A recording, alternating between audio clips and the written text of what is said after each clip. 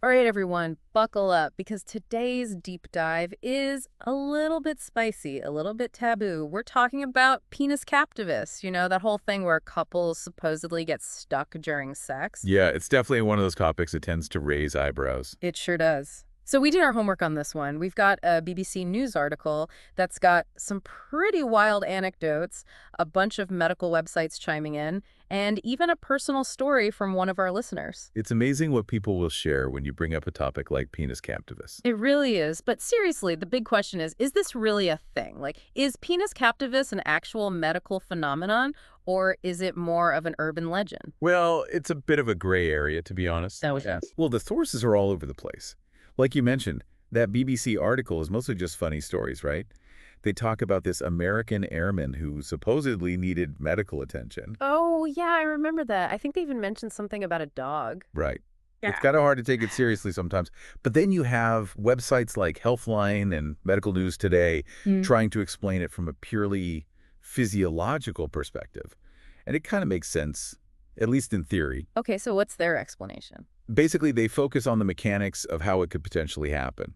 We all know about arousal and blood flow to the penis, right? Right. Well, during orgasm, the vaginal muscles contract rhythmically. And what they're suggesting is that if those muscles clamp down really hard while the penis is still engorged, it could theoretically get, well, stuck. So it's like this perfect storm of events. The timing has to be just right. Exactly.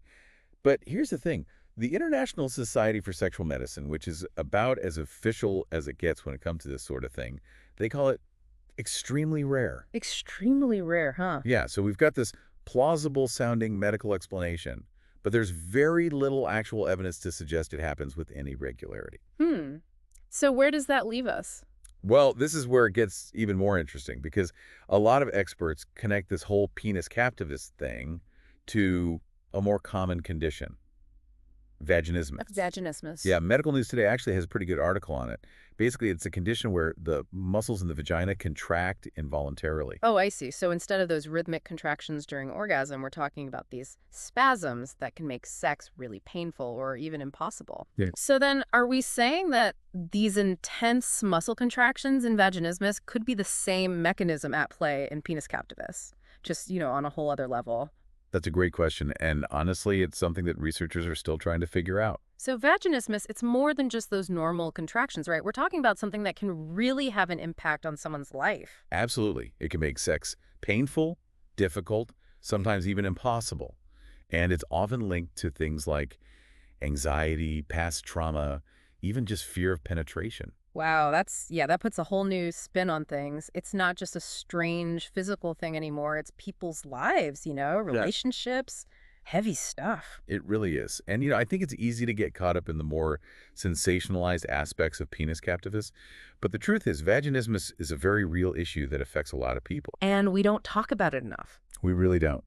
So is it possible? I mean, do you think maybe some of those old stories about penis captivus we hear, could they have actually been cases of vaginismus, just, misdiagnosed or misunderstood? That's a really interesting question. Mhm. It's definitely possible. Back then, they didn't have the same understanding of female sexual health that we have today. Right. Totally. And that actually brings us to another fascinating aspect of all of this, Mm. the cultural side of Oh, things. yeah, right. The BBC article mentioned that Yoruba concept. What was it again? Magun, right? Magan, yeah. It's Yeah. basically this, well, it's a mystical explanation for penis captivus, Mm. sort of supernatural occurrence. It is. And then that Events Torch article, they go even deeper into how different cultures view this whole thing. Like, for some, it's not a medical issue at all. It's a curse or some kind of divine punishment. Wow. It just goes to show you how much culture shapes our understanding of, well, everything, really, especially when it comes to sex. It really does. Our beliefs, traditions, they all play a role in how we interpret our experiences. And when you're dealing with something like penis captivus, which is already shrouded in mystery and taboo, those cultural beliefs could be even more powerful. For sure. It makes you wonder, in those cultures where these beliefs are so strong, how often are people seeking out traditional healers or remedies instead of going to a doctor? That's a great point. And that's where, like, sensitivity and understanding are so important. It's not about dismissing anyone's beliefs, but about recognizing that there are many different ways of looking at these experiences. Exactly, because ultimately, whether it's explained by science or by culture, the experience is real, for the people going through it. 100%. Yeah. So we've covered a lot of ground here. We've got the potential medical explanations, the link to vaginismus, the cultural interpretations.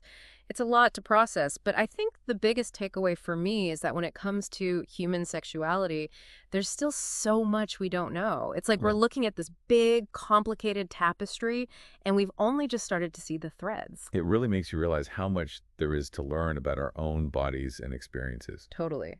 And speaking of experiences, you know that Wikipedia article you sent? The one about Elizabeth Moore? Oh, right, yeah. Graham Greene's friend. Yeah, her. She wrote about a case of, well, supposed penis captivus that apparently went really wrong. Like, the guy panicked and tried to separate himself by force. I Yikes. can't even imagine. Yeah, not pretty. But what struck me was that she claimed these cases weren't actually that rare. Yeah, she did say that. Which, take it with a grain of salt because it's just one person's observation, but still makes you wonder, right? Like, what if this is happening more often than we think, but it's just not being reported or documented? It's entirely possible. I mean, think about it. Embarrassment, cultural taboos, maybe some couples just figure it out on their own and never even see a doctor. There could be a whole bunch of reasons why we're not getting the full picture. It definitely highlights the limitations of our knowledge. We tend to think we know so much, but really we're only aware of what's been observed and documented. Who knows what else is out there? Exactly. It's like that saying, the more you know, the more you realize you don't know. We started this whole deep dive looking at penis captivus, something that seemed so unusual, so out there, and we've ended up questioning our whole understanding of human sexuality. It's amazing, isn't it? The power of a good question. It really is. So as we wrap things up here, I want to leave you with this. What other mysteries are out there hidden in plain sight? What other aspects of our lives, our bodies, our experiences are just waiting to be explored, understood, and maybe even celebrated? Keep those questions coming, folks, and we'll keep digging for answers. Until next time, this has been The Deep Dive.